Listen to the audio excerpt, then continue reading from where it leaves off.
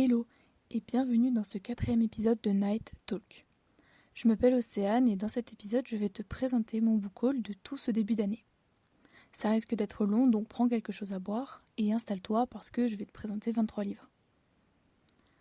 Avant de commencer, on va faire un petit résumé de ce dont je vais te parler dans cet épisode. D'abord je vais te présenter toutes mes trouvailles gratuites, ce qui correspond à la moitié du book haul il faut l'avouer. Ensuite on va passer aux achats. D'abord en occasion et puis les neufs. Après, on va parler de mes services de presse papier. Si tu as écouté l'épisode de la semaine dernière, normalement, tu as déjà entendu parler de ces titres. Et pour finir, je vais te parler des cadeaux que j'ai reçus. Et ça va aller très vite parce qu'il n'y en a qu'un seul.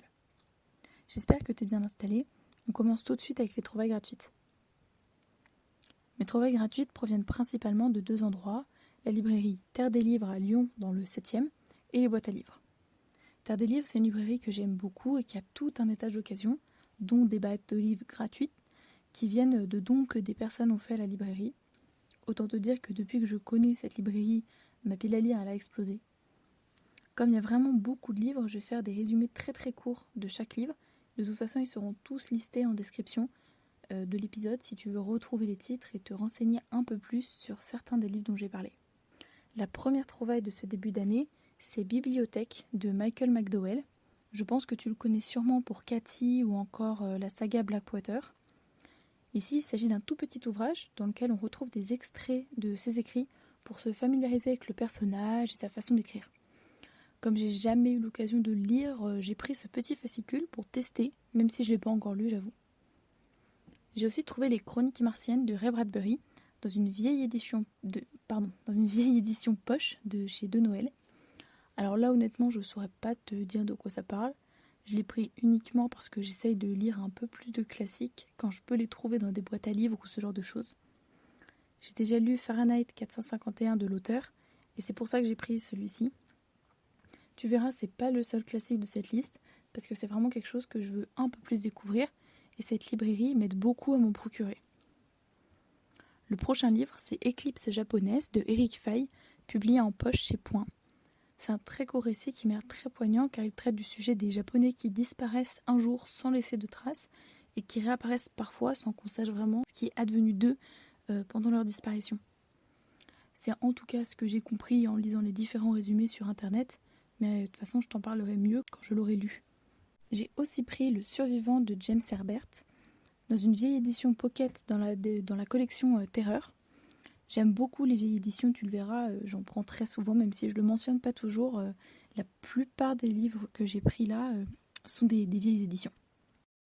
Dans ce roman, on va suivre Keller, qui est le seul survivant d'un crash d'avion et qui va tenter de trouver un sens à sa survie un peu miraculeuse, alors que tous les autres passagers de l'avion ont péri. C'est un roman qui est classé en fantastique et terreur. Le personnage de Keller est apparemment hanté par les voix des passagers morts. En tout cas, c'est un roman qui m'intrigue beaucoup et que j'ai prévu de lire bientôt. Étant donné que je lis pas mal de Stephen King, en tout cas je les collectionne, dès que j'en trouve un que je n'ai pas, je le prends. Du coup, j'ai pu trouver le premier tome de La Tour Sombre aux éditions J'ai lu. Je pense que c'est un livre assez connu, mais je vais quand même t'en dire 2 mots. On suit le pistolero, Roland de Gilead, je ne sais pas du tout si ça se dit comme ça, qui tente de découvrir les secrets de la Tour Sombre dans un univers menacé de destruction. C'est de la fantasy, de la dark fantasy même apparemment, mais j'en sais pas plus. Je l'ai juste pris parce que c'est Stephen King, j'avoue. J'ai également pris Sagesse du monde de la bibliothèque du voyageur Gallimard, qui est un recueil de textes de sages traduits du chinois, du japonais et du persan. J'étais curieuse de découvrir ces textes qui parlent par exemple de la voie du zen. J'aime me cultiver, je suis curieuse de toutes les cultures et autres traditions des pays étrangers.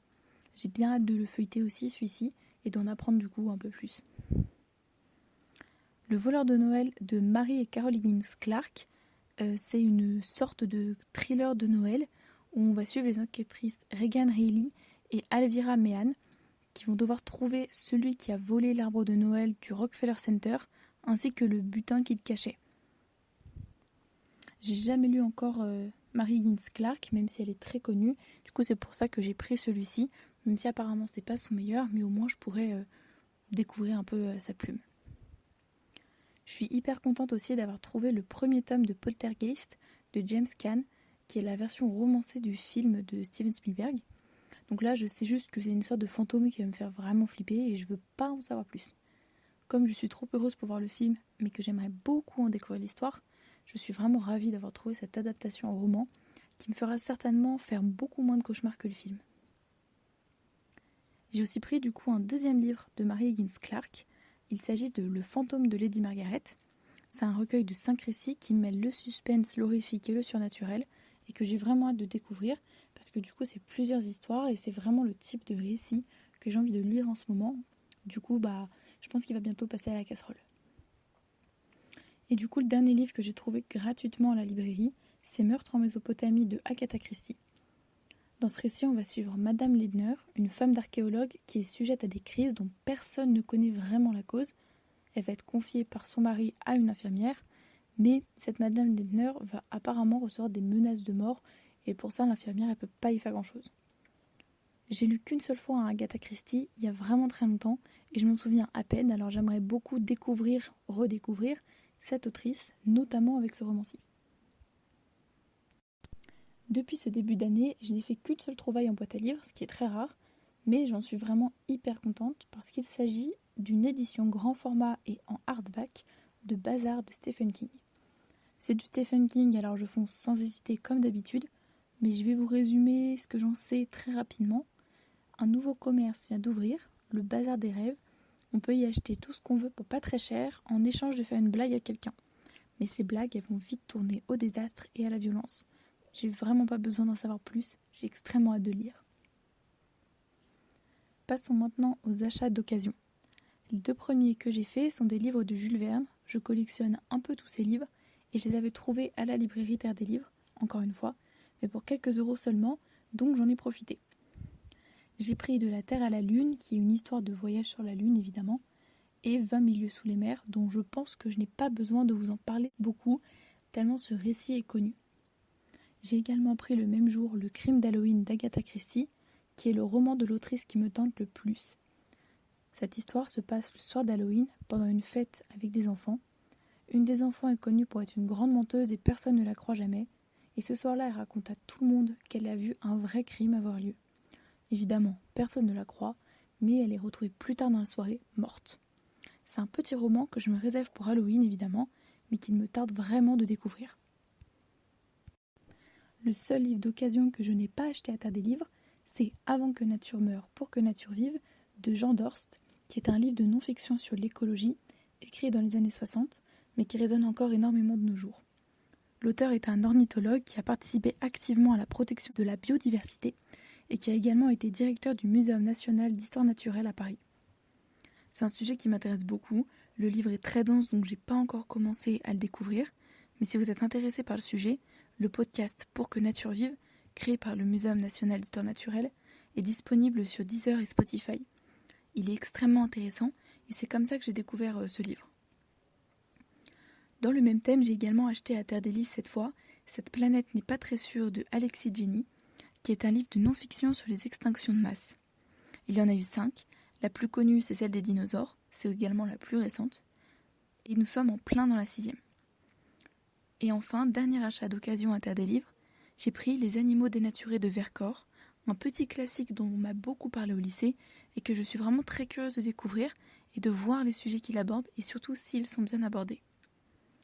Dans ce roman, des scientifiques ont découvert une nouvelle espèce qui serait le chaînon manquant entre l'homme et le singe, mais ils ne savent pas comment le classer parce qu'il ressemble plus au singe qu'à l'homme, mais il a des rites, notamment funéraires, proches de ceux de l'homme. Donc, comment définir cette nouvelle espèce ? D'autant plus que des industriels veulent profiter de ce flou pour réduire cette espèce à l'esclavage, tant qu'ils ne sont pas vraiment désignés comme humains. Je pense que les thématiques abordées vont être intéressantes, mais j'espère vraiment qu'elles seront bien traitées. À présent, nous allons passer aux achats neufs. J'ai d'abord acheté Personne ne doit savoir de Claire McGowan, dont je vous ai déjà parlé dans les épisodes précédents. Du coup, je ne vais pas m'éterniser sur le résumé, en disant simplement que c'est un roman à suspense, presque un thriller, dans lequel on suit Allison, dont la meilleure amie accuse le mari d'Allison de l'avoir violée. De nombreux secrets de jeunesse, mais aussi sur leur présent, vont alors remonter, mettant en péril le groupe d'amis et la vie parfaite qu'Allison pensait s'être construit. Je l'ai déjà lu en lecture commune avec Carla, dont je vous ai déjà parlé, et je peux vous dire que c'était un très bon roman, avec des thématiques difficiles mais très bien menées. Mais comme c'est pas un update lecture, on va déjà passer au dernier achat neuf. J'ai acheté la BD The Nice House on the Lake de James Tyron IV. Il s'agit d'un thriller science-fiction post-apocalyptique où un groupe de personnes va être réuni par une connaissance lointaine dans sa maison au bord d'un lac. Ils vont grâce à ça être épargnés de la fin du monde, mais à quel prix ? Je vais sûrement me faire cette lecture commune avec Brunaël, dont je vous ai déjà parlé aussi, mais on n'a pas encore prévu de date. J'ai eu la chance de recevoir 3 services de presse papier depuis ce début d'année. Le premier est Tokyo de Émilie Itami, publié aux éditions L'Arbre qui marche. C'est un guide de voyage sur Tokyo sous forme de roman avec une petite histoire d'amour. Je l'ai lu et le format est très original, mais il me permet parfaitement de s'imprégner de la ville et d'en découvrir les coins les plus sympas à visiter. En tout cas, je vous le conseille. J'ai également reçu Plus vaste que le monde de Delphine Giraud aux éditions Fleuve. C'est un roman contemporain dans lequel on va suivre Maya, une enfant adoptée à la naissance, qui va partir à la recherche de ses origines avec son père après la mort de sa mère adoptive. C'est une histoire qui se passe au Guatemala et qui a l'air vraiment très touchante. J'ai hâte de le lire et aussi de découvrir ce pays que je ne connais presque pas. Dernier service de presse papier de ce début d'année, il s'agit de Restart de Katia Lanero Zamora. C'est un tout petit livre de science-fiction publié dans la collection Récif des éditions Argile. La collection Récif, c'est une collection toute neuve et consacrée aux récits courts de femmes. Dans celui-ci, on va parler du rapport au corps et au poids, car le personnage principal va intégrer un programme minceur basé sur un contrôle de son alimentation grâce à des gélules. Pour en avoir un peu discuté avec Brunaël, qui l'a déjà lu, ceux qui ont des difficultés avec les sujets liés au poids et à l'alimentation devraient s'abstenir de lire ce livre. Je vous en parlerai plus quand je l'aurai lu parce que je ne veux pas en dire de bêtises, mais en tout cas, ça a l'air d'aborder des sujets vraiment difficiles. Et enfin, le tout dernier livre de ce book haul, il s'agit d'un cadeau de la part d'une libraire de Terre des Livres, car elle est intervenue en tant que professionnelle dans un des cours de mon master et nous a fait découvrir sa librairie, que je connaissais déjà du coup. Il s'agit du roman Le Cri de Nicolas Beuglet, que j'ai d'ailleurs déjà lu en lecture commune avec le Grimoire d'Evali. C'est un thriller psychologique qui retourne un peu le cerveau et qui se base sur la mort étrange d'un patient dans un hôpital psychiatrique. À partir de là, on va remonter le fil d'une histoire de plus en plus dingue, remontant dans le temps, beaucoup plus loin que ce qu'on pourrait imaginer.